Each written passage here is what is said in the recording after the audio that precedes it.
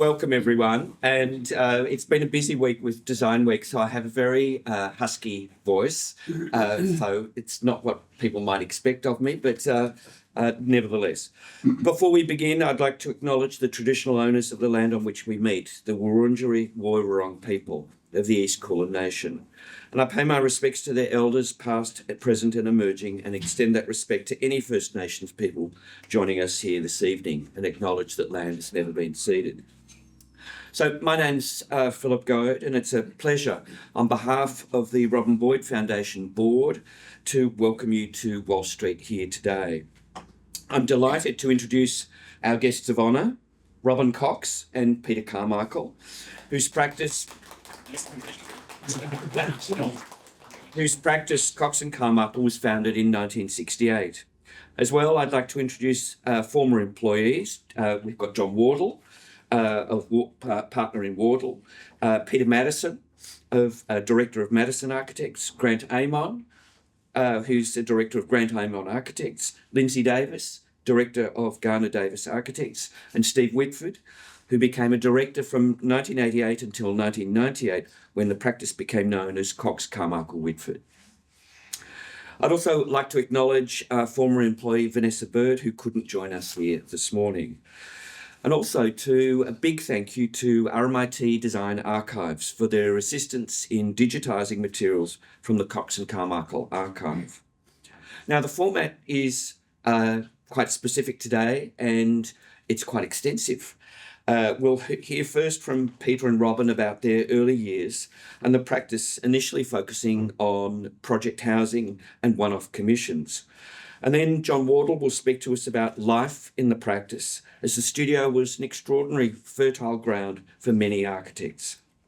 And following this, each of the family tree group members, and John will speak a little about this idea of a family tree, each one of them will briefly introduce a project for discussion. And then finally, there'll be an opportunity for one or two questions from the audience. And then we'll have some refreshments and further conversation in the courtyard. So please join me in welcoming our speakers this morning. So to begin with, though, I'm going to ask Robin and Peter some questions about the very early years of their practice. And in many respects will set the scene for the discussions that will follow. So my first question to both of you is, where and when did you both first meet? Well, we're both from Melbourne High, and we didn't really know each other very much in those days. We did the trick art together. We did the trick in art, exactly. Together? In the same final year. Right. So then, yeah. And there was association there. Oh, so you knew each other at high school? Yes, right. Melbourne High, yeah. And then? And then to Melbourne Uni. To study architecture? Yeah, yes, in the same year. Uh-huh. Yeah. it goes back a while. And did either of you come from a specific architectural or design background? Certainly not. No. Not at all? The reverse of any. Really? I've met some designers and I said no. Really? So what prompted you both then to go and do architecture? Well, for me, I remember when we did trick art at the Melbourne thing, I was going to be just a art teacher. And this is egotistical because I to tell it made me change my mind, was art teacher. And then they said to me, oh, look, you've won the award for Melbourne High, the art prize. Remember that? Yes. And I was speaking about it. And they said, but we're not going to give it to you. We're going to give it to Tony Lenton, and I'll never forget his name. He's going to be an art teacher, so it'd be more use to him than to you. So I thought, stuff that. I'll be an architect then. It was a decision made like that, literally. Sort of bounced back and went right, new direction. Yeah, so that was more. And Rob, For me, I don't know. I had an inkling of being an architect, but I think another factor was the fact that I was hopeless at maths. I hadn't enough maths, Right. and maths wasn't a requirement to get into Melbourne Uni. Right. It still isn't. No. So that helped. Right. And at the university, was there anything of interest to you, or was it you marking time to finish? Was it a good course? The course. Yes. Absolutely. Really? But And but why was that? Was it just you were entering a new different cohort of friends, or was it inspirational teachers, or just a good environment? we also lived a bit beyond the narrow way that you existed as a student, or the normal way you do. You take your washing home after a week, what have you. But we decided we get a remember the building upstairs? Yes. Yeah, but that was just a building with nothing much. The ticket had a tap, and you actually had to work in that one. So we then decided we wanted more luxury than this during the course. So we went to a doctor's rear rooms in Lauchlan Street. We joined two other fellow architects, Peter Steen, who's no longer with us, and Lad Chernoff, yes. So four of us had this thing away from the unit, just the university directly. We could go home, and it was freer, looser, and very enjoyable. You can imagine. And so that was and that kept us together. We were sharing that. And so you were sharing that while you were students? Yes. Right. Yes. And so then if you graduated Robin in 1965, Peter in 66. No, that's wrong. Ah, what years? Well, it was the same year. Same year. Yes. Right. Take it. Or whether it was just You had one or the other. Right. Okay. So did you work for anyone while you were doing your course, or who did you work for? I'll have to give you their names and my age on a piece of paper. Right. But we worked. Robin worked, and we both worked. We had to. It's what Right. Yes. Firms that accept us. So who did you work for? Do you remember, Robin? While we were at the Melbourne. While you were at Melbourne Uni. Right. I think There was. Marcus and Alison Norris. You went too. We both went there. Okay. At different times. And Mackay and Potter. Oh, Yeah. right. But these were really good firms that would take on students. So it's not surprising we went there together. Right. Yeah. And why did you set up practice in 1968? This is Robin, totally. Right. Well, I had a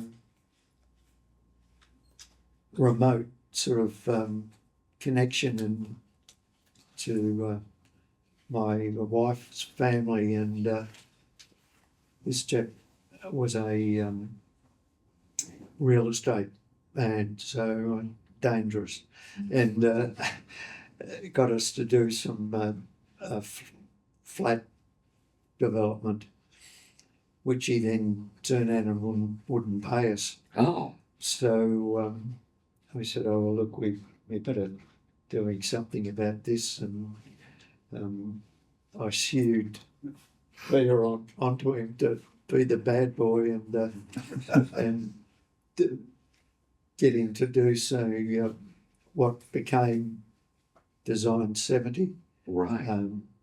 project team. Right. So you got together partly out of the fact that you had another client who didn't pay you. Yes.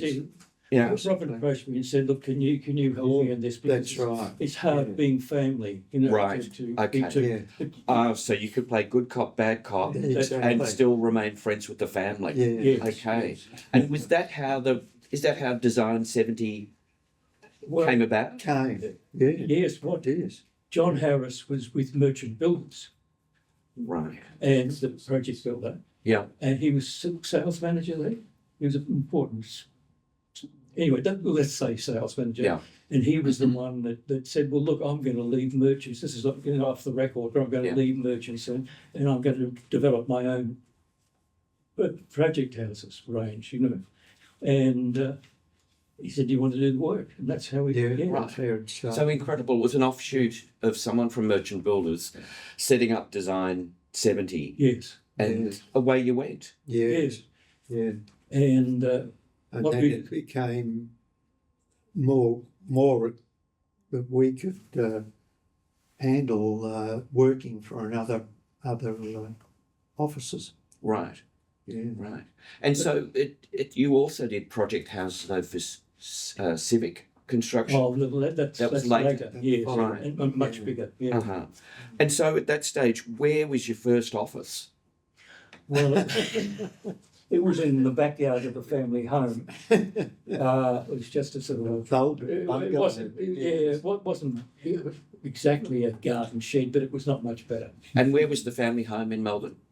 That's in those days, Sandringham. So you were setting up an office in Sandringham, slightly remote from the centre of things? Of course. Yeah. We had nowhere to go. Right. Yeah. So that was, I took my golf club with it and we went in there. Right. Yeah. And then It wasn't until I think your mother said, "Oh, I'm sick of you guys being here all this time." Well, we had trade reps and things walking down the side of the house. Right. So We had to get out, Right. which was reasonable, of course. Uh-huh. And So what was your first big break then in terms of individual house design?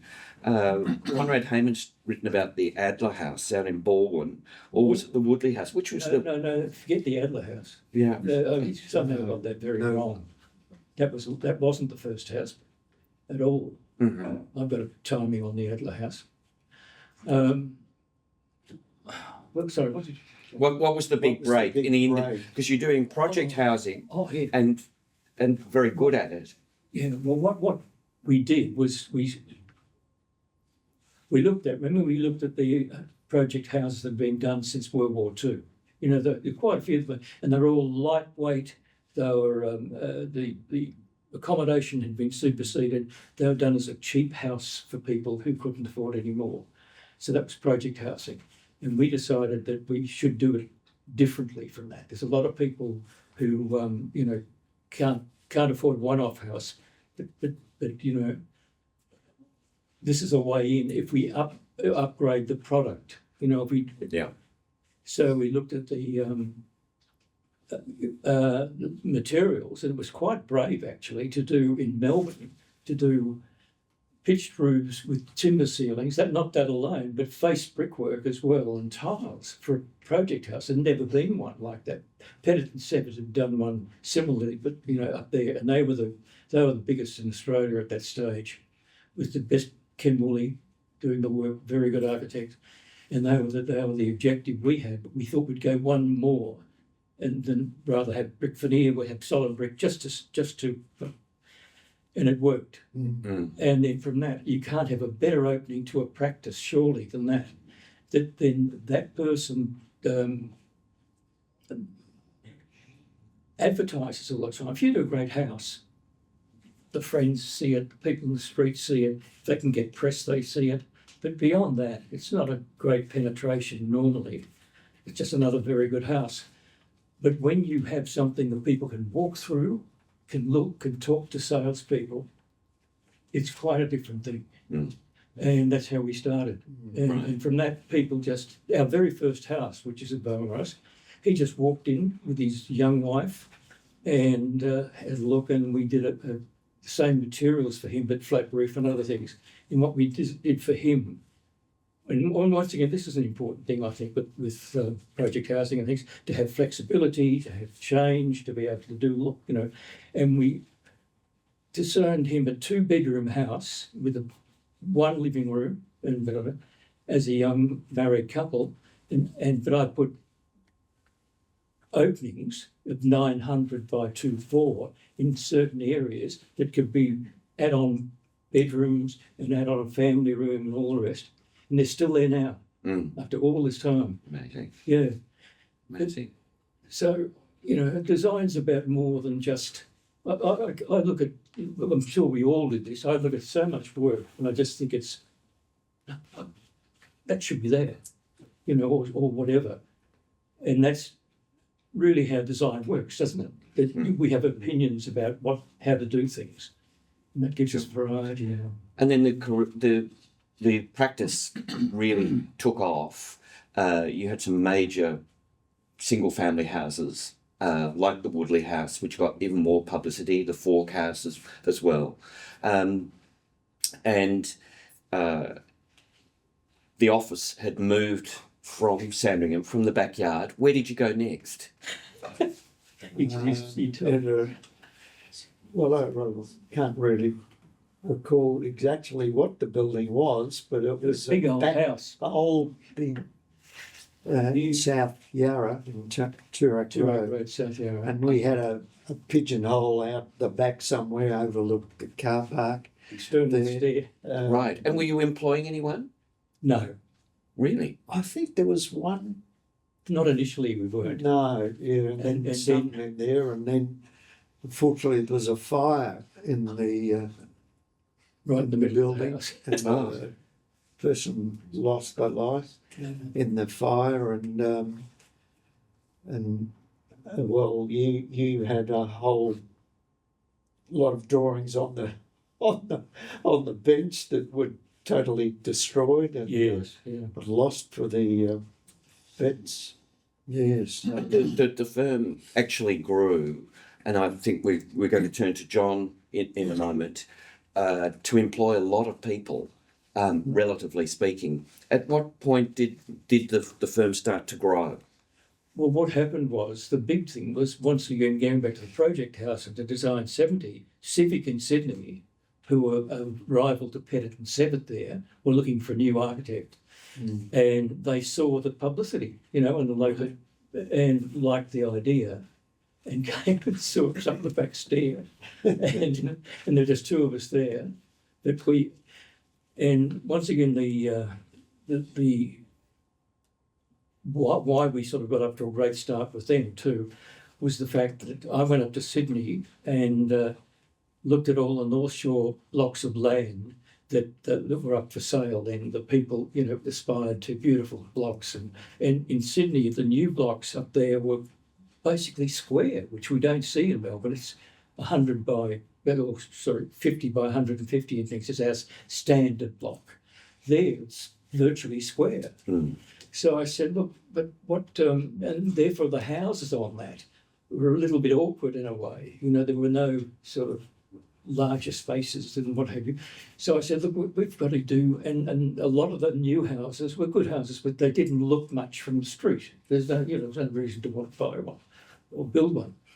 And so I said, look, why don't we turn the house around so we face out to the street on an elevated block above the road, and we have everything along in a strip there, all the living, indoor and outdoor living areas, and we'll use the same materials we've used down in Melbourne. I said, but we've got to make an impact.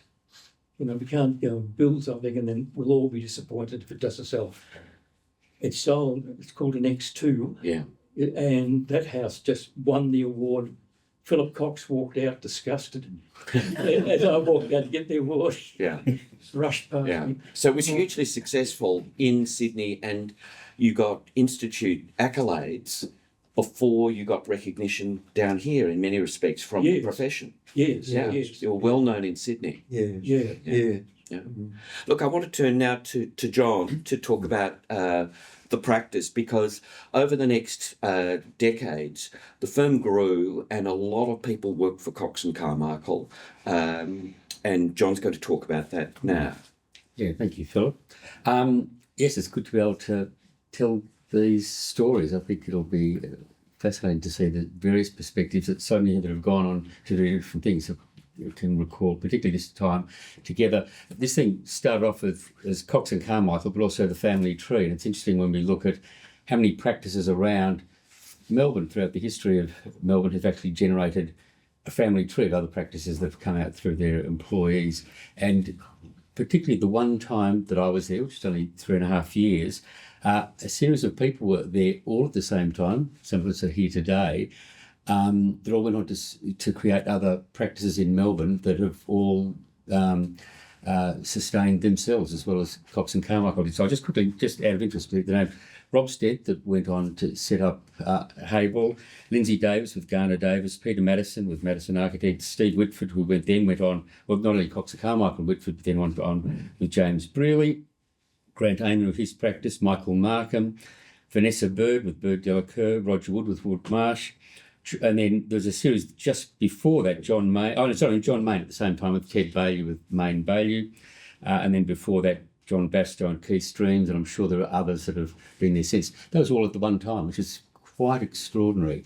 So it does suggest something about this being fertile ground, which it certainly was. It was a warm and generous place, deeply humorous. I can remember my first day, Peter brushed past me as he went out. Must have gone to a site meeting, then went out for lunch. I didn't see him for several hours later when he kicked a football across my head, and then came and introduced himself as the part of my first day. Luckily, he put me beside Steve Whitford, who after a rollicking education at RMIT taught me much of what I needed in my first year as a graduate architect. It was just one of those places where not only the association to things that we learnt in this, if we had more time, we'd tell you about sort of the detailing and things, certainly the spatial planning, which anybody who came out of that practice had an extraordinary lesson of spatial planning that came out of these projects that Peter and Robin have been referring to.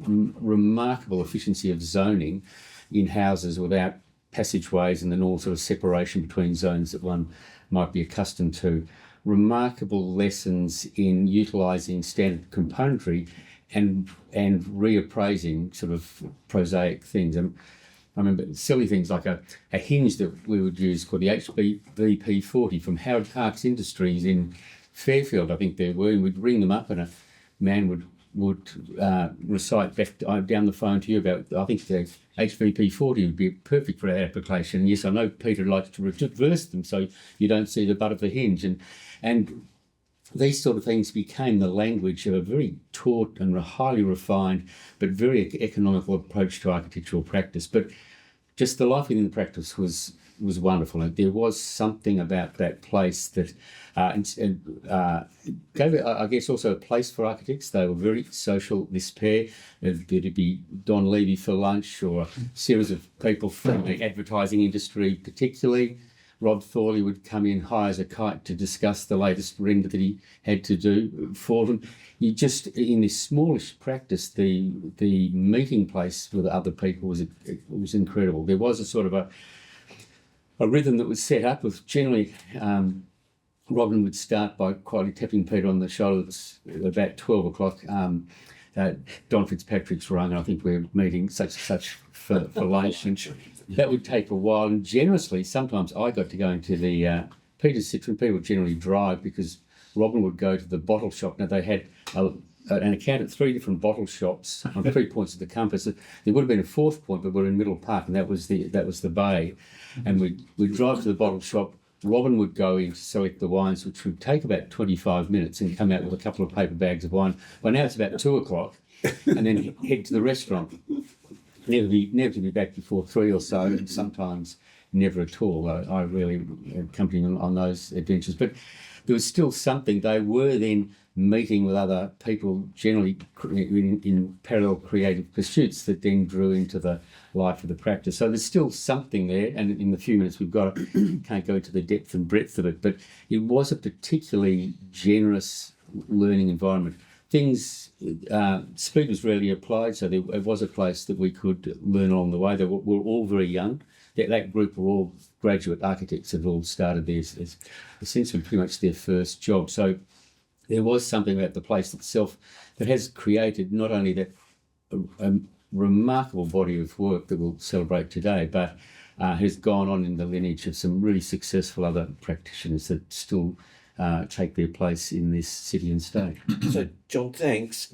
I just had a quick question.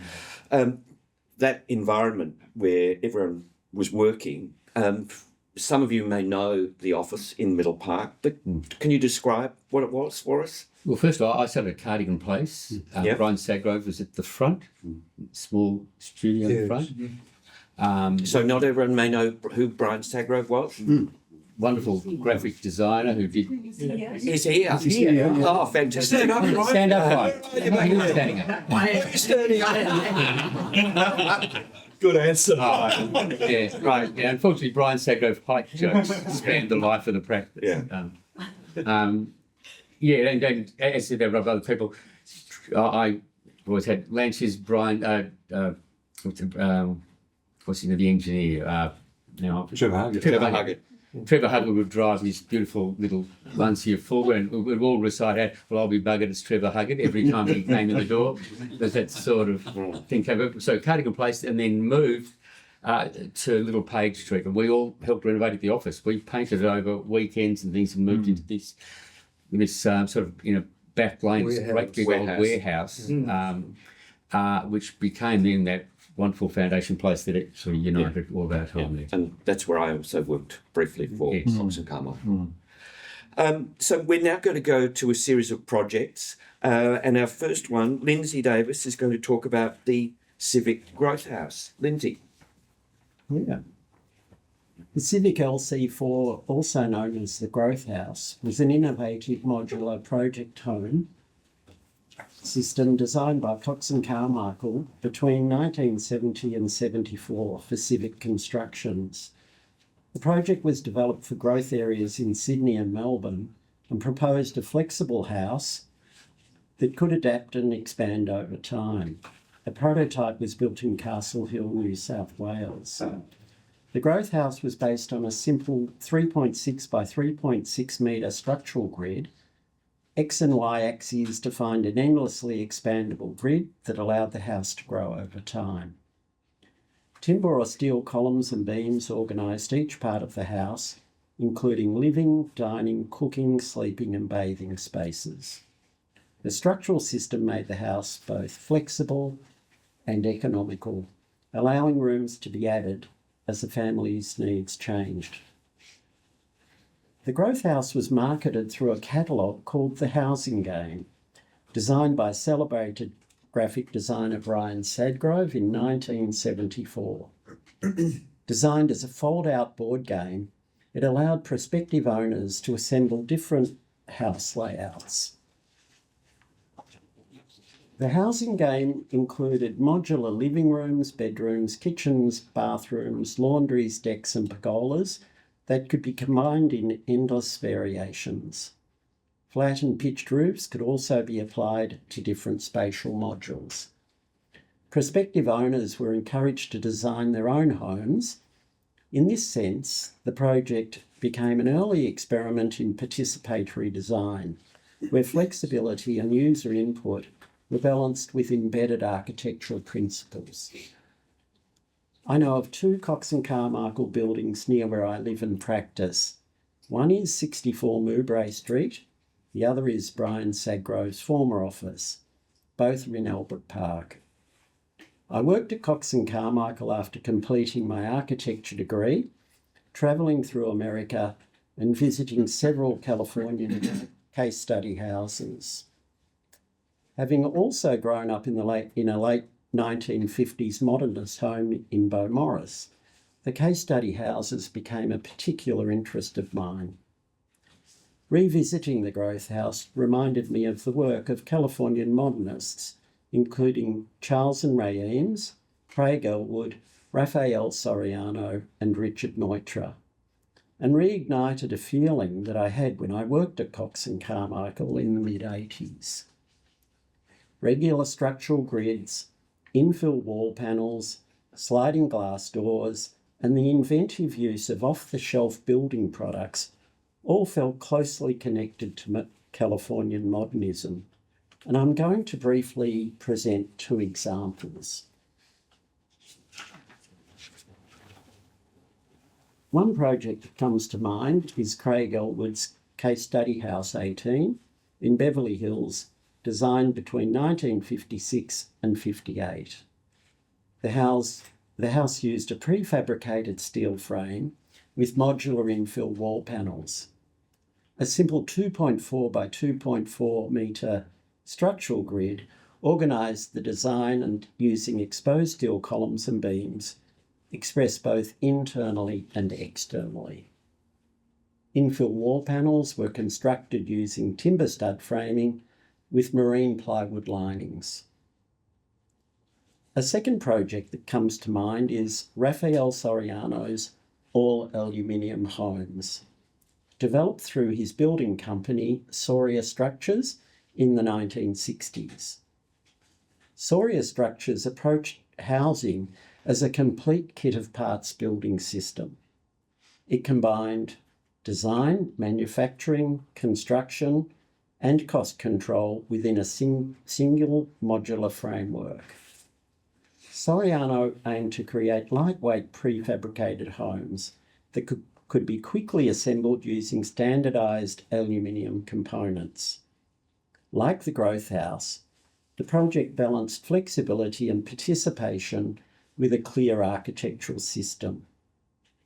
I haven't discussed these observations with Peter or Robin, but I suspect the work of Californian modernists may have influenced aspects of the Growth House. In summary, the Growth House visualised through the housing game proposed a flexible and participatory approach to suburban housing. Like many modular housing experiments of the post-war period, the Growth House and other prototype systems discussed today never fully developed into long-term mainstream housing models. Even so, their ingenuity, clarity and optimism remain highly relevant to contemporary architectural thinking around prefabrication, adaptability and user participation in housing design. Peter, Robin and Brian's brilliant work anticipated many ideas that continue to shape modular housing today. Thanks, Lindsay. So, just quickly before we move on to the next speaker, Peter and Robin, with the Growth House, whose idea was the game? Was it Brian? No, well, with Brian, it was we talked to him basic stuff, and he's done all the fine design Right. for it. Yes, Mm-hmm. but the idea, and I'll tell you why the Growth House happened, is when Sydney. Is that all right to talk about? Yes, you're allowed. When Sydney became very busy, I'd have to fly up there and look at sorting out their standard houses, as well as the X2, and come back. And you can imagine that flying up and having all these people come in with trying to design stuff and getting into, and the salespeople couldn't handle it. And I thought, I can't keep doing this. I can't. And so we decided that we should get something that they can start to contribute and think about before they saw. Yeah. And then we'd have some basis of discussion, not just sit there and say, well, what are you going to do? Right. And so it was Brilliant strategy. Mm. Yeah. well, yeah, strategy is very important. Yeah. When you're a battling little architect. Right. So, Peter, you're next, and you're going to talk about the Lauchlan. Yes. I need to stand. Yep. Good morning, everybody. Morning. Yes, I'm Peter Maddison, and I'm going to talk about the Lauchlan House, which is at Big Hill, Great Ocean Road. It was designed in 1978 and then unfortunately destroyed in Ash Wednesday bushfires in 1983. I was, as a young student, my second job working for Cocks and Carmichael. I started off Peter Crone Architect for a couple of years, and I stayed with Peter and Robin about 4.5, almost 5 years.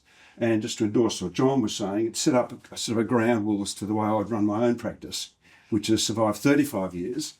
And much of the bonhomie and rigour you brought to the office of Cocks and Carmichael, I've used as a principle running my own practice.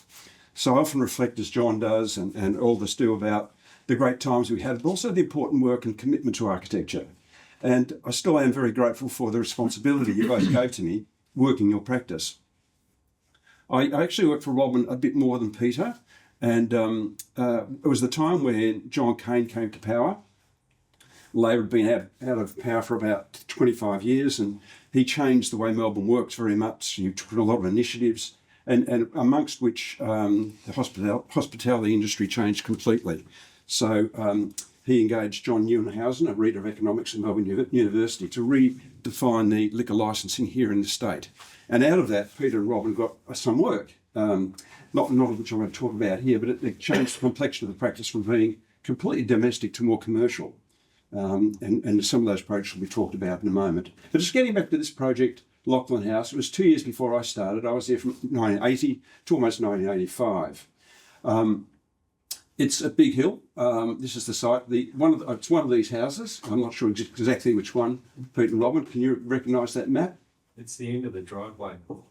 Which one? So it's just a This one here? no above, straight up above. No. This one here? So it's the No. dot that's at the end of that driveway to your left. This one here? Along that driveway. Oh, all okay. the end. Yeah, thank you. going to the left. That one. Oh, it's gone. Okay. I don't think so. No, I don't think so either. That's not right. No. There you go. It is. I'll move on. So this house is quite experimental for its time, and it's got very strong geometry and some of the principles that Peter and Robin carried on in their work. And I draw your attention to the window configuration, which is defying the structure that holds it up. And they're very good at doing this. This the idea of windows becoming a very important architectural language runs through the body of their work. Also, the idea of experimentation using pipe structure, which is an add-on to the main building structure. So we see 60 millimetre diameter pipe work planted onto the face of the building with acrylic sheeting wrapped around it. I wouldn't be going to do that today, but somehow these guys came up with it so long ago.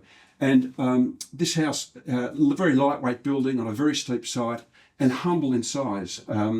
It's probably about 120 square metres, but it's also called the Bomber House for someone. The Bomber House.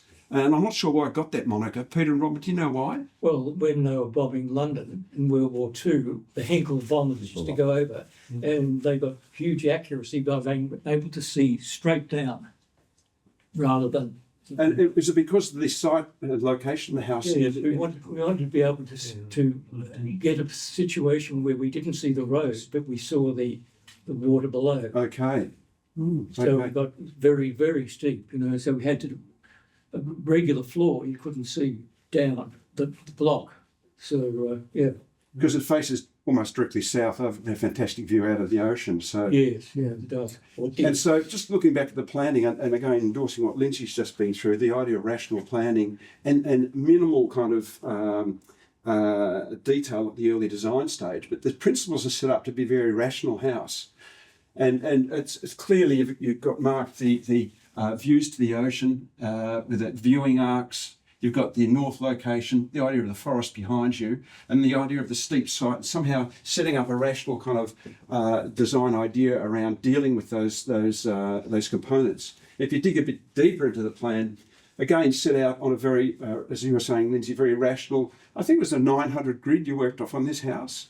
Mm. And the idea of the very simple service core, keeping the idea of cost of plumbing to a minimum, and the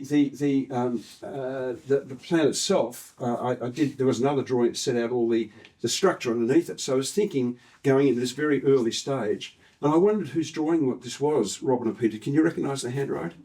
Peter's, Steve? No, I think it's I think that's my handwriting. Has it changed since then, Peter? no, I think it's Peter. Yeah. I think it's you. Yeah, I think it is. Yeah. Is this the 100% schematic set, Peter? Did you send out a bill after this one? I knew where this is stage one, very early stage. Yes. And then there was going to be a deck going out off the living room there in front of the studio. So it did have an outdoor area, Yes. which with not quite the same view down as the living room, but still there.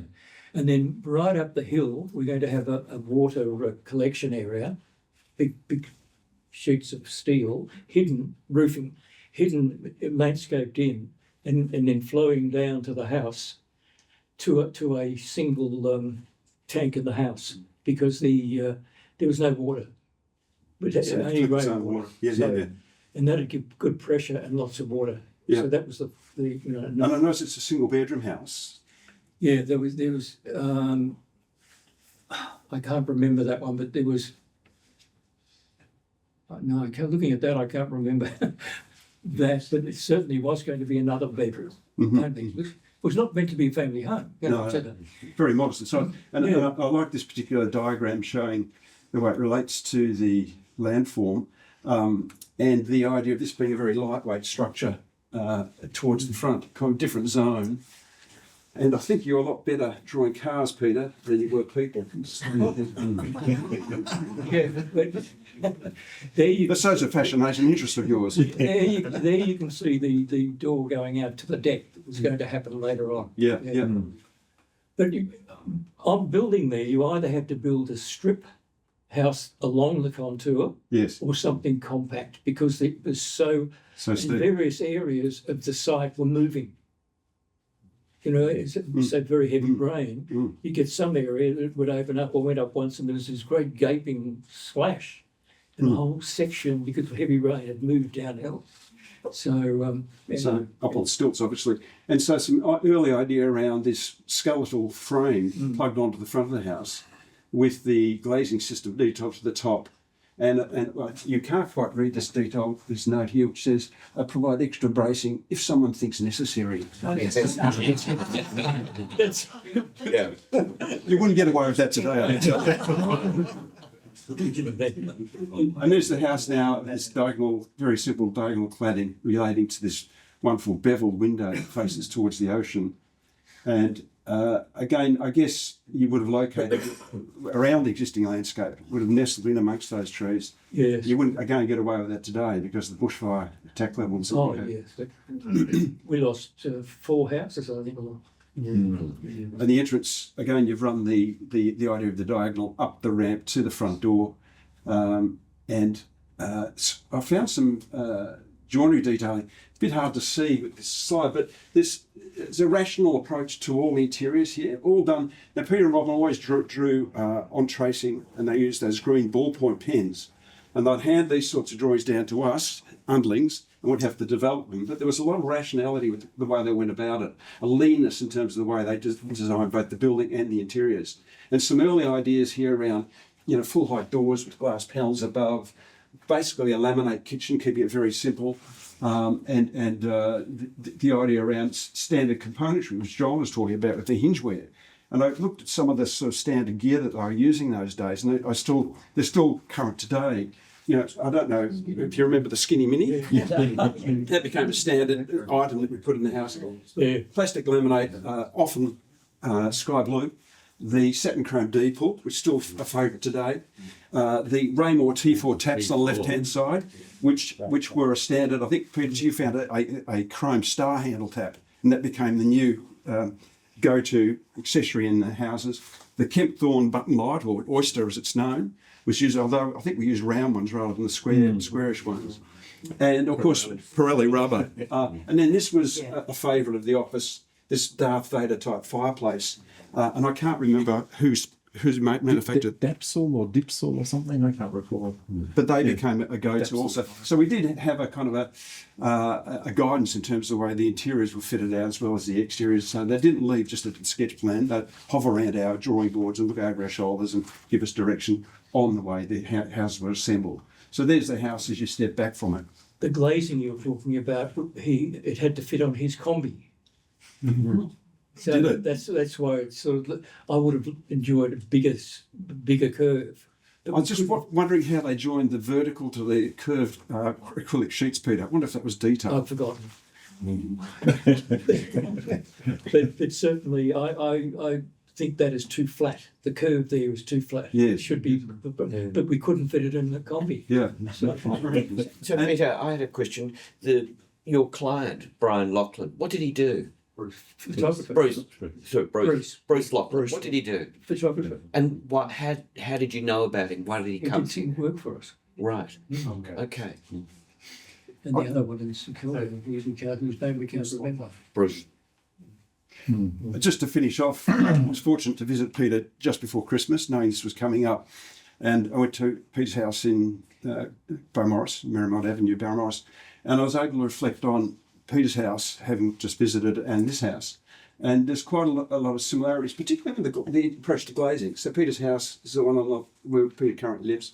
With the glazing, the idea of the glazing making your structure invisible. So the windows kind of hang invisibly on the building. And I think that's influenced a lot of the staff, this idea of doing it what looks like the impossible. Peter's, I know, put a lot of personal effort into this house and many late nights painting, which Brian Sagrove will attest to, I know, because he lived next door. Look, that house is about wastage. That's you know. I was going to demolish this house 35 years ago, when we moved from Sandringham. And then we ran out of money. We didn't pay ourselves for a long time, and all of a sudden I didn't want to get into debt. So I decided I'd renovate the existing house. Yes. And that is all about waste timber, most of it. For instance, the beam, see the timber beam out front that's Yes. cantilevering. I used to perhaps have 1.5 metres or something left over. And I think, this is beautiful. You know, I've paid a lot of money for this. It's a beautiful thing. And I'd have to, burn it or whatever. So that's what those little bits and pieces all over the place and things are doing that. One thing I'd like to say about the architecture is that Cocks and Carmichael pushed the boundaries in terms of what the structure would be, and you broke structure down, as we saw the Lauchlan house. And you can see it in this house, and you can see it in this expose in Peter's letterbox. Yeah, And finally, some shots of the house from the rear. Again, You took all this when you were here. yeah, did you know? I was holding the camera. So some lovely shots around Peter's interest in composition and structure. Great. Great. Thanks, Peter. Thanks very much. Peter. So, as you can see, I've got to try and keep everyone to time because we've got still quite a few bits to get through. So, John's going to talk now about Kendall's Winestore No, well, and Carmichael House as well. And I'll start with Peter's Carmichael. Well, to place ourselves in history, I think I started after graduating in 81, had a year overseas after about a year, and then came back till mid-86, so it's 4.5 years. This is a house that I knew about as an architecture student. It was probably one of the attractors to bring me into the practice. I'd forgotten this part, but Peter, when we met up the other week, reminded me that it won. What was the award it won, Peter? It's a Graham Mulroney, I think, renovation of the year Australia-wide, and it was in place for about 6 years, based from Sydney, and a world trip. Yeah. A world trip. Yeah. So it's a house that actually one of the place the practice particularly, but one thing that's very interesting, it's one of Melbourne's first adaptive reuses of an industrial building, an old bakery, I think. Hay and Corn Street originally, and then as it's there, we're at the full wall there, and as we had a concrete floor in it, and it was used. The builder had all his machinery there, but he retired down to Phillip Island, and people have been after this building for ages. And I was lucky enough to be standing with my arms folded, looking at it. It's just a big red brick thing. And a neighbour walked across and said, "Look, you've been looking at this. I've been watching you. You've been looking at this a bit, your arms folded." And I said, "Yes, well, I'd love to buy it." And so he said, "Well, look, he's down at Phillip Island, but they've got all the wrong details at council. So you couldn't go to council and get the details." And that's how I got it. Well, yeah, we think of John, just to place it in history, John Mockridge's house in Cardigan Place was an old stables building, and this so well ahead of what has now become a very apparent appreciation of Melbourne's industrial heritage and its adaptation to housing. You'll notice the cars, Peter's Saab and Rosemary's Renault 4, which is placing it in history. You'll also notice, as Peter's just to this idea that it actually holding windows often in the corner and reducing the structure back into what apparently appears to be that very fine edge of the window itself. So this triangular site then creates space for a courtyard as well as house on this extraordinarily small allotment, but such an astute bit of spatial planning that then still devoted space for landscape within the composition. So this became a bit of a hallmark of the practice, that idea of a glazed edge that would actually hold such a very fine perimeter to the definition of that internal spatial layout. You'll notice the colour scheme, which is ever present when it came into the courtyard itself.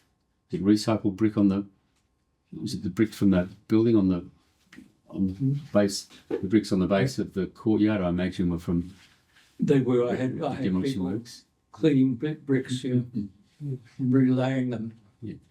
So there are the plans. I did find the first floor plan, Peter, of this really fine edge to the habitation for a family home into this small space with these twin courtyards.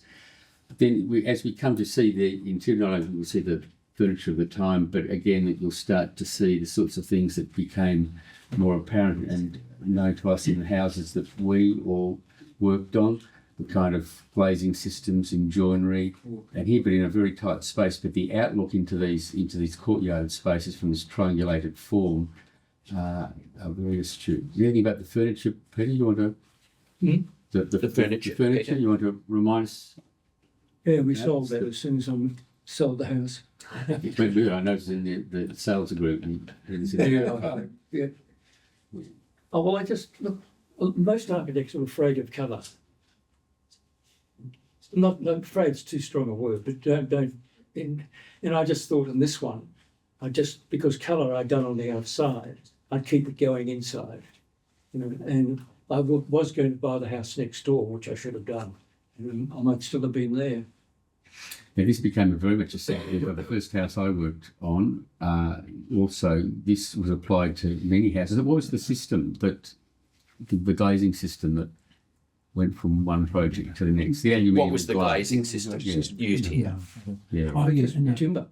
It's timber. That's a timber one, but another one you're talking about. T section. Yeah, The T T section. Yeah. Oh, Yeah. yeah. And it was Illuminex. Aluminum. and then next glazing layer.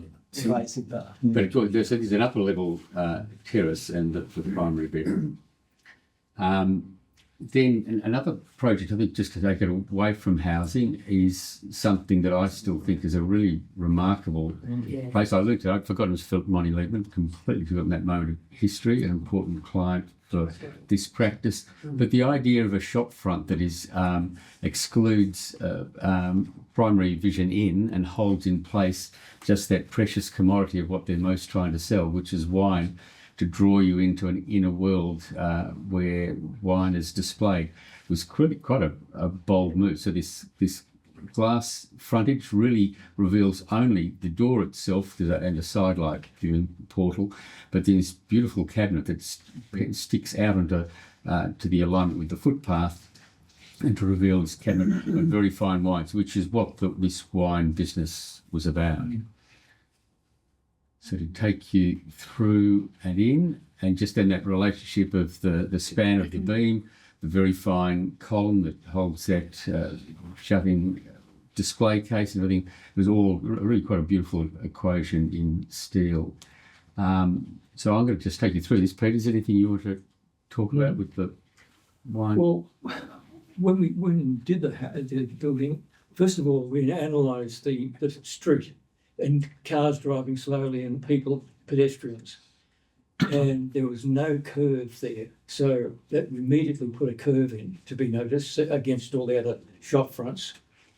And we pulled back from the street to give a depth, which, people told me, oh, you really, that 2 square metres, that's worth so much. And you've got these sort of, but the most important thing was, from what I saw, people weren't using light timbers with wine. Dan Murphy still doesn't. They use a dark wine. when you get your French wines and things, all in beautiful, soft, timber. I know. Yeah. And we said that's got beautiful reflection. The fine colours of, say, a white wine and a rosé and things can be then judged against each other. You can look at and see the detail of the thing. Yeah, but you are going to display cigarettes in a wine store, and the pale timber, I think, allows the packaging to be ever present. Something we would do less of nowadays. Yeah. But the lighting, that's from the period, so 19th century, where there were no downlights and very limited lighting. So I looked at photos of writers and artists and things where they used to have lunch and do things we were doing, but 100 years earlier, and they had lights like that suspended up, so that. Then out the back, the barrel vaulted lattice structure, and the upstairs, and this, I think it's a beautiful cabinet, but just again holds a very small alignment of single bottles, and then display those at a cruciform at the top. It's really quite a beautiful thing. So was this a selling space, this job? What was this space upstairs? I think it's for getting together for actually wine tasting. Yes, at the top, yeah. So really quite, so very discreet. The front you're drawn into, and then actually to be invited upstairs to this really quite finely detailed area for wine tasting. And also the fact that we developed a backyard so you could go out and experience wines and things in the open air, which so many wines are. And as Peter said, he worked more with Robin. I, from pretty much day one, seemed to align myself with Peter and the projects that he was working on. And yeah, I must say that I'm completely indebted to that remarkable practice, and these two fine practitioners, and the lessons learned here have been told many, many times over to the staff that have endured working for me for so long. It's been something, the stories of this practice have been so manifest in those that continue into my own. So thank you. Great, thanks, John. So now we're going to hear from Steve Whitford, who's going to be talking about the Banksia link. Thanks, Philip. Steve. Thank you.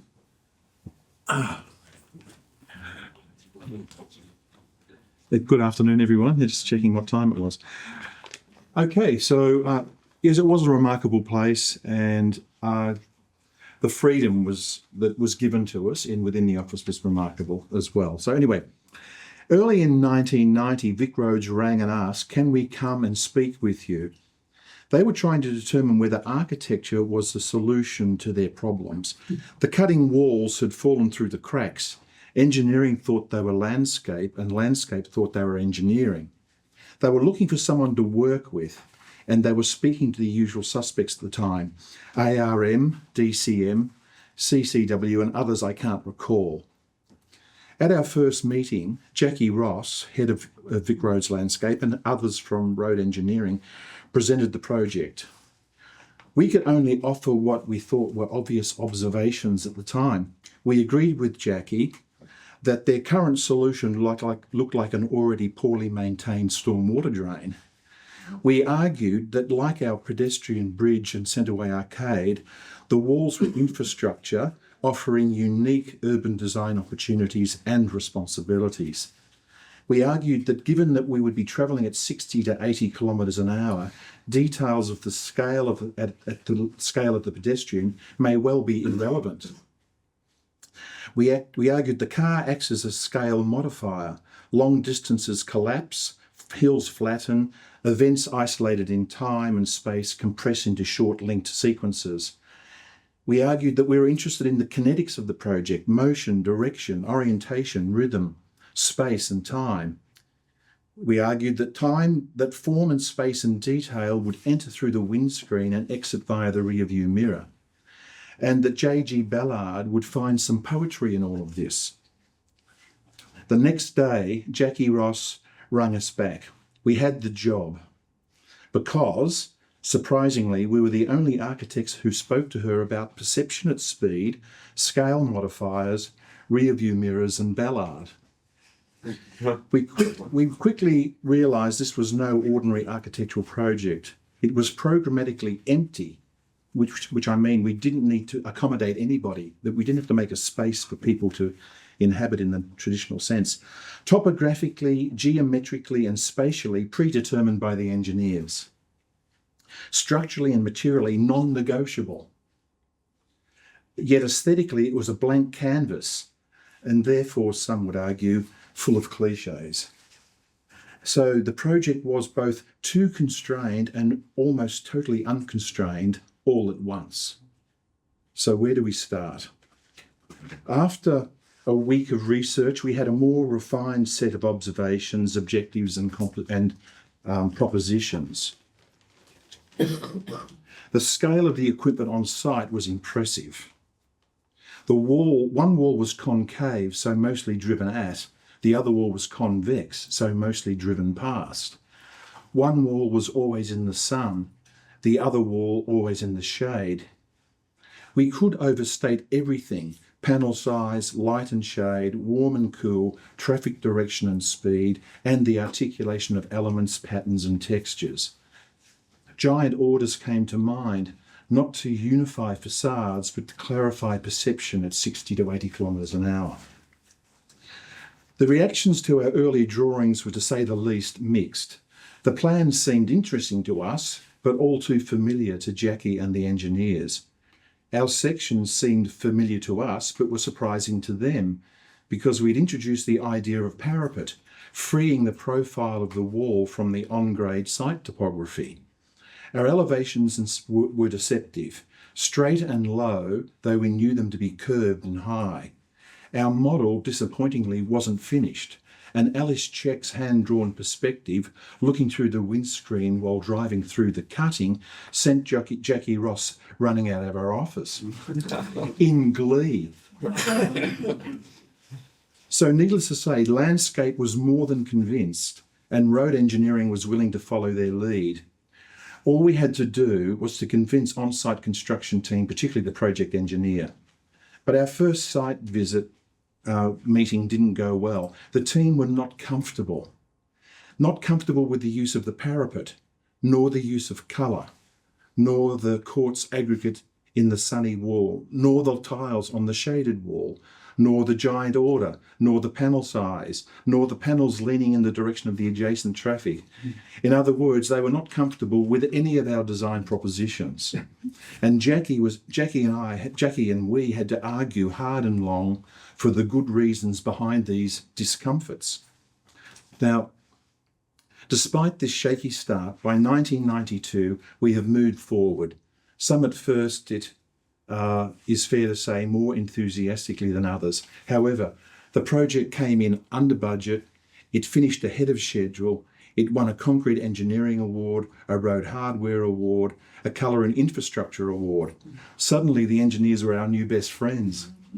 The project went on to win the Royal Australian Institute of Architects State Award for Urban Design, and then in 1993 the National Award for Urban Design, the Walter Burley Griffin Award. 34 years later, architects now play a central role in all Vic Roads projects.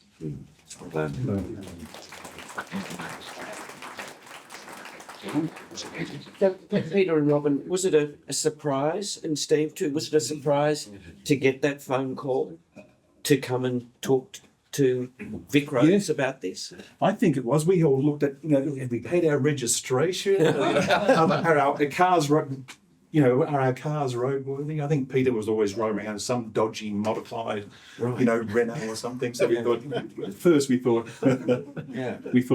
maybe that was. We'd done work before though, the concrete thing right along. No, this was the first. This was the first one. You did the things. No, that was ahead of that. This was the first one. Yeah, so it predates the Yarra River panel. As Jackie Ross called it, the luge wall. Yeah. Yeah. No, this was the very first project. And then we started to get a whole lot of other things from. Because you did the Western Ring Road and Yeah. So it was a surprise to get it. And they literally would say, look, we don't quite sure what you guys, architects, what can you offer us? We're in trouble here. The engineers had solved it structurally. And then there was these facings, these walls on the soil nailing, the construction technique. And they thought the landscape would look after that. And I don't think landscape felt a bit uncomfortable dealing with it. They were very long, very big, tall. And they thought, maybe we need our help, right? Fantastic. Yeah, Fantastic. for the answer. So thanks, Steve. Our next project is Grand Amon, who's going to talk about Centreway Arcade. Okay.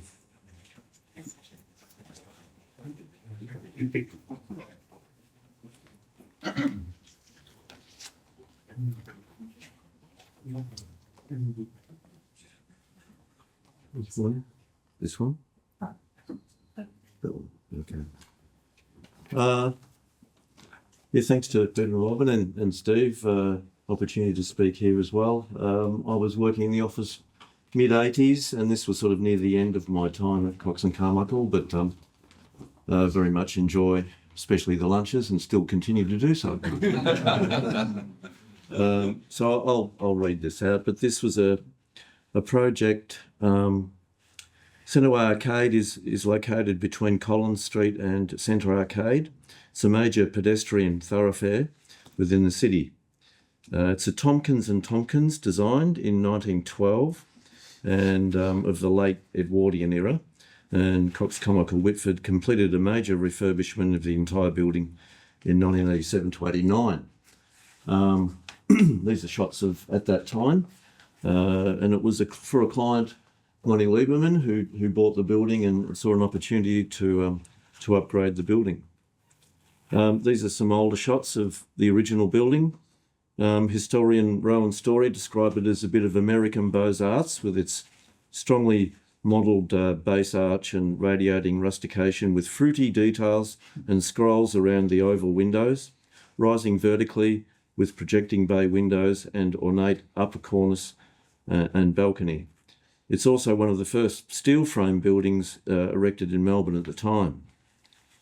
The original arcade was really quite simple, single level structure. It had a light court in the middle with a glass roof over it, and several small retail shops along a sort of fairly narrow gun barrel type of pedestrian way. So the opportunity, one of the briefs was that people would just walk by and not really stop to look at the shops that much.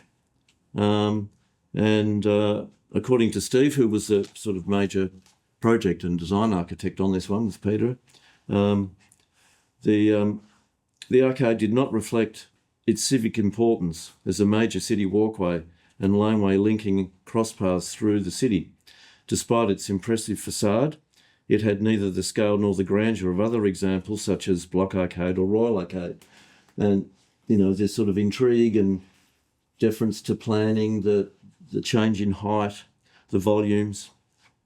So these was some of the lovely drawing on the left of rendering. I don't know who drew that one. And in reality, so it turned out just like the drawing. Yeah.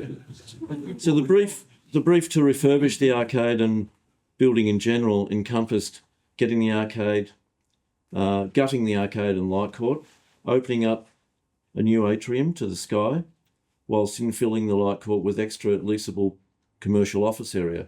Specific to the brief, according to Steve, was to bring the idea of inserting a series of robust street elements into the arcade, adding nooks and crannies to new shop fronts, spatial interest, cross bridges, and internal rustification elements, and design strategies that could be termed as a collection of urban ad hocism and metaphor. So we're seeing the plan here, which was on the bottom, is the floor plan, which Steve described as sort of having rough edges, and this enabled sort of nooks and crannies and where people could stop and look at these shop fronts. Introduction of vertical columns, steel street lamps, signage, pattern tiling, and even a clock, all designed to encourage lingering and shopping engagement so as not to be just a thoroughfare from A to B. Then the upper level You had a central stair access and cross bridges going across. So it was sort of quite a radical change than your typical arcade. And so the next level is a section through the building showing the light court now going all the way up to meet with the sky, vertical columns. And this was the area that was filled in, I think, as new office space as well into the old light court. Street elevation facade and the section running through there. So there was sort of two sides to the street. So you can see on the left there was different colour combination to one side and the other. And now we're looking down into the patterning, quite detailed, complex sort of patterning to the floor with a chessboard in the middle of the floor, and on the left there's the clock, and the clock was mentioned as a further metaphorical gestures with the clock, measuring the myth of the passing of time as the fourth dimension. Now, Steve loved getting into this stuff. The hands being rulers and scales with the numerals denoted only with the number 4, except where the number 4 was, there was a red dot instead. I want that clock if anybody can find it. I'd love to know where it was. So that was a bit of an intrigue. People would stop in the middle of the sort of supposed central square, look at the clock, ponder chessboards, and then go on with their day. So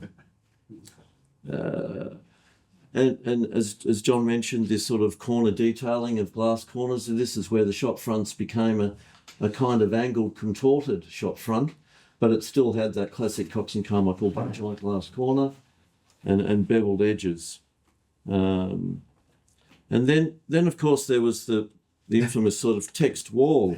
And what are these letters being spaced out here? So No one knows. Rowan Story does. yeah. So it was a somewhat Marxist-inspired text to the atrium wall.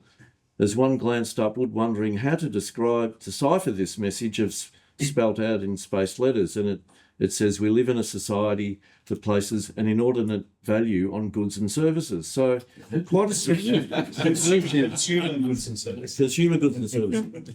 So quite a subversive contradiction, as the prime use of the building is a shopping centre. So, but there it is, and the client went for it. We had to run that past Moni.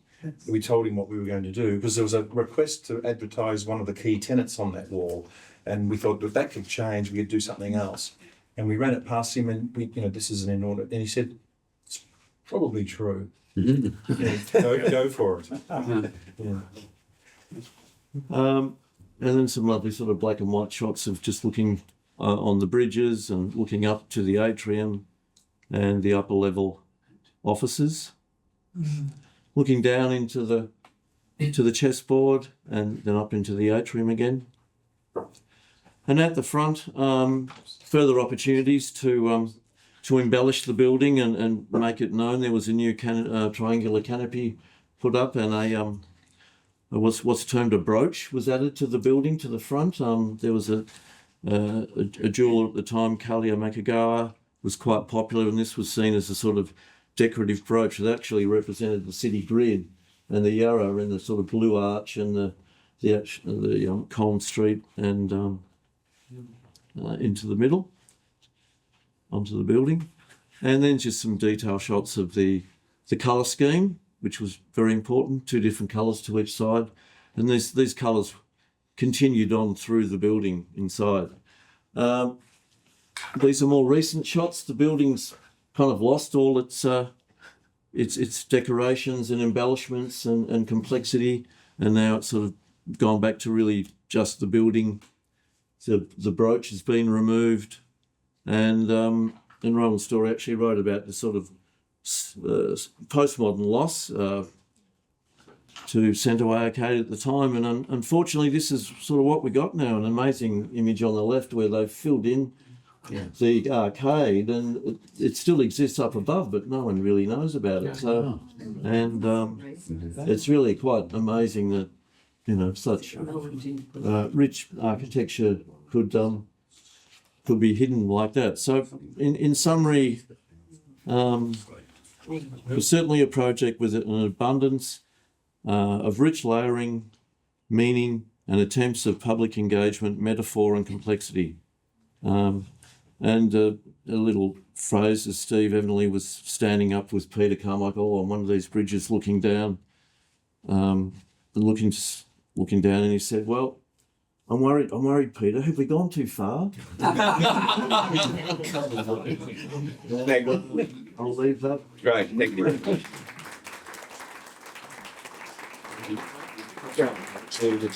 So our final building that's going to be examined is John Wardle's going to talk about the Evan Walker Footbridge. Yes, thanks, Philip. Well, in conversation with Peter, we were going to just come together to talk over this project. And I think as a civic instrument, a really much loved place in Melbourne that's known to so many people, and it's still probably one of the projects that the worth of the practice is still so readily understood in the urban setting of our city. I might just introduce, it started as a competition that the Ministry of Planning and Environment put together. Cocks and Carmichael were in with Irwin Johnson. What's interesting, I was reading through this week the competition documents, which were fascinating. Their reference projects for relevant experience were the State Schools Nursery, which I worked on, the Moorabbin Town Hall and the Liberman House, in focusing on trying to get a bridge in a competition in itself. The competition entry was in fact 3 alternatives for 3 ideas that you could have. A more direct bridge, a place to pause and crisscross and understand sort of the character of the river in a longer journey, and perhaps be just more reflective rather than simply use it as a place to transfer from one side to the other. And then the meander within a volume that was part of the dialogue with city buildings, as if a city building like a tree in a forest had fallen across the river as a place of an interesting sort of urban analogy. This idea of applying 3 alternate schemes in a competition is a tactic I've employed many times over the years with a complete lack of success. I can't quite see how that transferred into a competition win, but it did. So I can just take background some of the images, but it is wonderful that it does, and I think this is why it's so well known. We see pedestrian bridges the world over that are just so direct and utilitarian. The fact that it is really quite theatrical. You do walk onto a pontoon, it limits the span across the river, understands things like the passage of boats and everything in between. But in this breaking the span is a place where you understand kind of the social connectivity that such a thing can provide. Peter, would you like to come in and just talk more about some of the processes and things? Well, we were the only group that did the 3 proposals.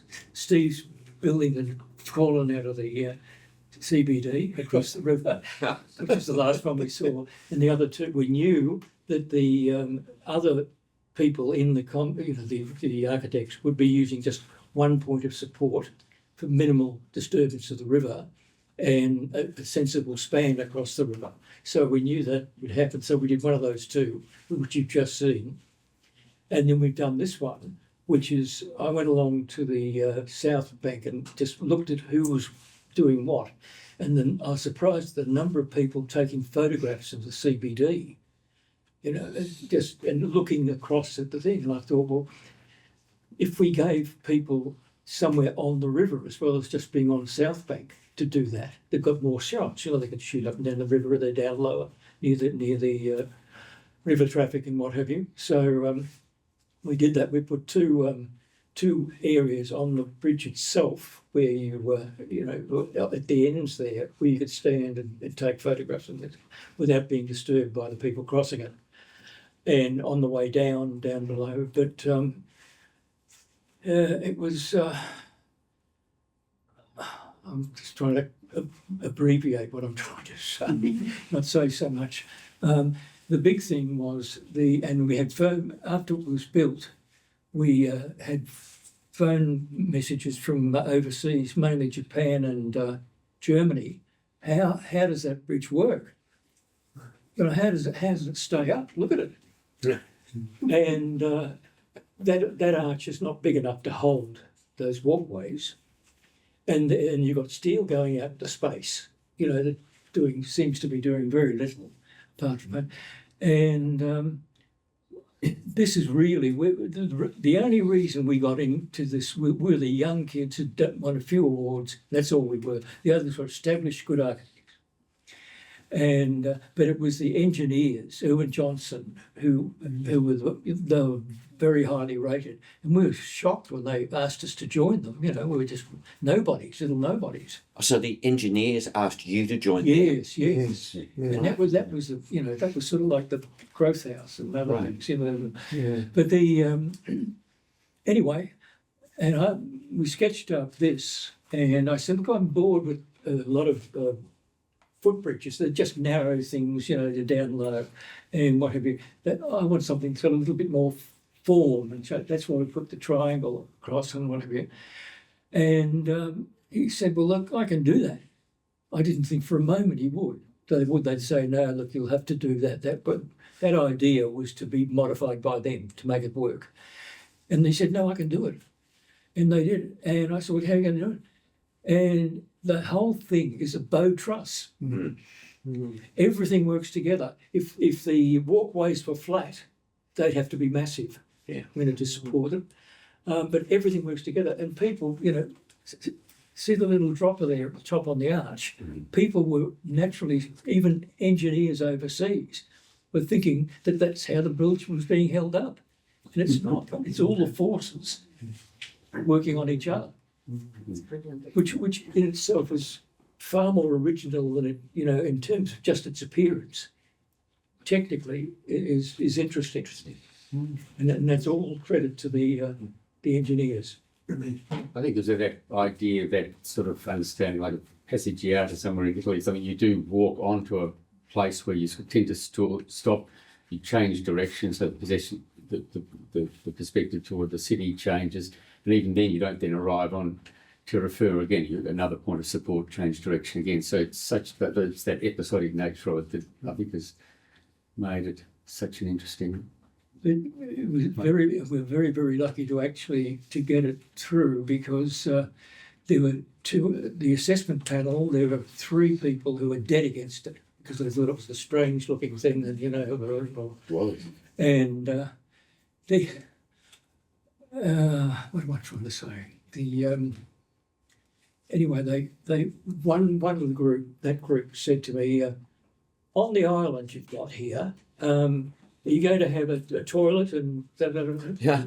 and so it's people, you know, if they go, and I said no, it's just purely the experience of being just above the river and on a level that may even flood, and some of the highest, you know, because the Yarra is a river that is very controllable in terms of flooding.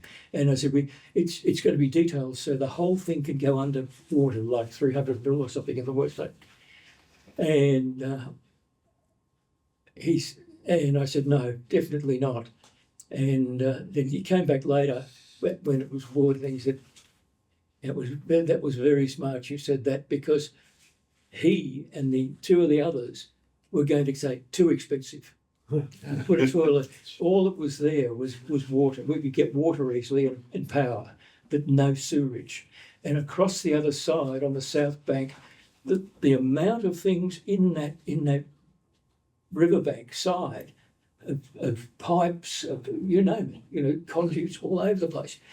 And so we were very, very limited in terms of that. But even there, we were all sitting around looking at is this sort of rubbish you wanted? Well, I was sitting around and I've been shown these drawings of the South Bank, and there's a creek comes down Elizabeth Street that's been an underground creek, and plus all these pipes and things all over the place. And I said, look, guys, I can't read these drawings. And there's a deathly silence. I said, well, you're an architect, but you don't. we don't expect you to be able to do that. And, you know, anyway, so would it be a good idea if you could actually read them as we sit here hour after hour and not really know, and people asking each other what's going on here, and, you know, go and check with so-and-so, and, you know, so why don't we colour them? Oh. Oh. And that's what we did. We agreed, and guess what? That's gone into place. That's what they now do with areas like that of intensive, you know, underground things with probably superseded. So it's nice doing little things like that in life. So I worked on this in the competition stage. Then the thought of actually having to try and document it terrified me to heading off into my own private practice. And Rob Troop, he became the project architect for it. I think that's right, Rob. Yeah, and worked from there on. Yeah, so Fantastic. Yeah, Did a great job. yeah. I've got a whole roll of your original drawings that I'm not giving anyone. Because my great-grandchildren, my daughter said to me, don't give them away, no one gives it. We want them in the family to know, particularly as they've renamed the picture. A girl who then came worked for me. Right. Yeah. Thanks very much, John. That's great. Yeah. So we've come to the time in the presentation today where we'd like to see some or hear some questions from you in the audience, if you have some, for any of the panel or particularly for Robin and Peter. Come on, be brave. Otherwise, I'm gonna. Yeah, Tony. Why does it end? Why does what? The practice end. Oh yes. Why did you end the practice? Well, good question. You talk. I've got an answer for you. Remember, you started to get we got to get development stuff coming in. Rolls Royces parked, and you know, but that wasn't right. The Rolls Royce was earlier. But you know, we're starting to get into areas of development, and therefore the thing of lower fees, quick turnaround, and employing extra people, which we could have done. You know. But I think we'd done enough, wasn't it? We just I think that we had a few things financially happening, or had to happen at a certain stage, and we basically thought, that's it. And did you have a sense of an ideal office size when John, Lindsay, Peter, Steve and Grant were in the office? There seemed to be a right balance of scale of office. It was all that, yeah. And what we used to, I don't know whether I spoke to John about it, because, but we used to say to people that joined us, you work with us, not for us. In other words, you know, you're part of a team. Yeah, that was very important. Not we give you solutions. Sure. Just on the breakup thing, the late 80s, early 90s recession, the all-kidding recession that we had to have, I think it was, we got knocked around really badly by that. And I took the opportunity, well, that was late 80s, early 90s, we were really badly knocked around, and I took the opportunity to go to Melbourne Uni to do a master's. Well, these guys were trying to keep the practice, because I think I said, look, we've got 3 partners here and work for about 1.5, so I went off to do my master's, and when I'd finished the master's, the university offered me a job. So I went back to see Peter and said, listen, how's it going? And it picked up a little bit, but it wasn't great. And I said, the university offered me a job, and blah, blah, blah. So anyway, the decision was made that I would leave and go to the uni, which I did. And then Peter and Robin, it became Cocks Carmichael then, and they moved to South Melbourne, didn't you? I think it was. Or no, you moved from Little Page to South Melbourne, and then went and continued on there for quite a while. Yeah. But there's 2 things you do. You either work hard doing hopefully not crap work at the end, sell your practice, Right. That tends to happen. You up your numbers. Practice. Or you just say, look, no, I'm not enjoying the work anymore. as much as I used to. You know, I remember you saying, Peter, often we've got to work harder, faster. You know, and I think still say that. You still say that, yeah. But, I think the big issue was part of the thing was the computers coming in too. When we did Moorabbin, the only person that made any money on the Moorabbin project was the guy who ran the computer. Yes, right. And this is a sort of a transition period, so we're doing hand drawings and computer stuff as well. And you know, I guess we were of a generation, we're a little reluctant or whatever. And so we had to work harder, faster, because we didn't have, you know, we hadn't really embraced the new technology quite as much as we probably should have, I suppose. I think it went back before then. I still remember a decision that took about a month between a new first ever IBM big black box typewriter for Jenny, the receptionist, which would have been the first computer for the studio, or the beautiful IBM last of their golf ball typewriters. Yeah. And you went for the IBM golf ball typewriter. That's what inspired the sign in the centre. Right. Yeah, that's right. Covered with letters. Yeah. Yeah. So, and that was a big decision we made to actually technology not move forward with technology. I also have one of my treasured items, which I probably should return, but you had an adding machine there on the front chest called the Richard Sapper design for Olivetti, called the Divazuma. The Divazuma. And it was all rubberized, the rubber buttons thing, beautiful thing. And I used to tease Jenny. There was quite a high wall between reception where we all were, but she had an amazing arm, and she picked it up and she threw it right across the partition and hit me right in the head with it. And I picked it up, and I've kept it ever since. You had to have it surgically removed. I embrace new technology. So any other questions? Yes. A little question on the project home Civic X5. I was wondering how that evolved and worked. the X5. The 3-level. We immediately, from the X2, we immediately get on X3, X5, a whole range of them. The whole range. And if they were selling, their record year was 147 houses in a year. They were up 80, 90. It was a hugely successful thing, Civic. And Were you getting a royalty per sale? yes. Yeah. And actually, we negotiated the royalty. Even Daryl Jackson was there, and we got through him. The 0.5% per house. Right. And therefore, it automatically, because we sat in the room with and tried to work it out, you couldn't work it out. So a percentage surely was the way to go. Yeah. Yeah. And so. Yeah. But all those houses, there's one house in North Sydney on the North Shore that there's 16 houses.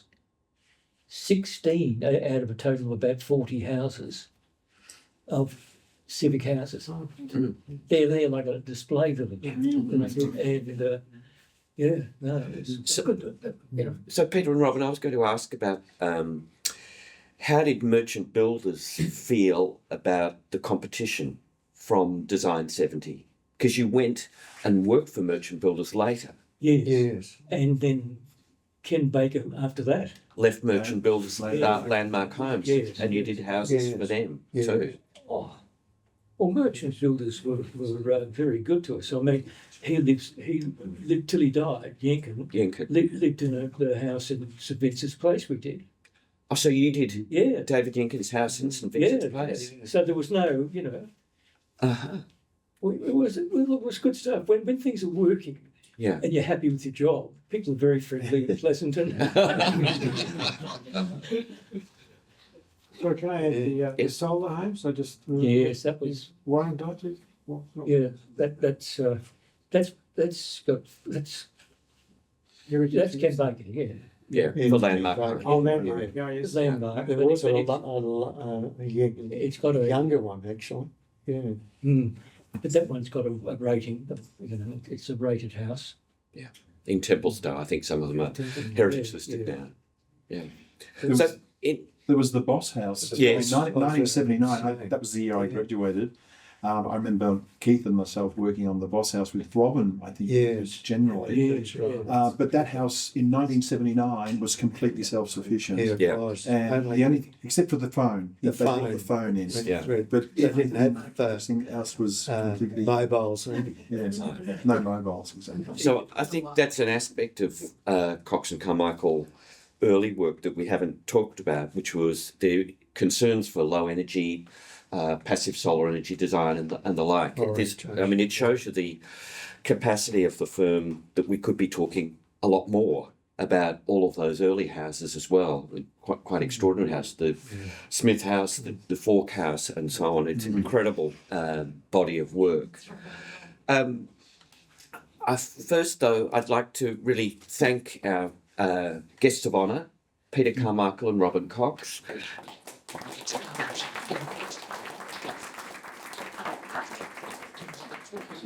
And our speakers this afternoon, John Wardle, Lindsay Davis, Peter Maddison, Steve Whitford and Grant Amon. Thank you very much for your... And I think that leaves us some time for just more informal interaction and some morning tea outside in the cold. But thank you very much for joining us. I hope you enjoyed this morning's panel. Thank you. Thank you.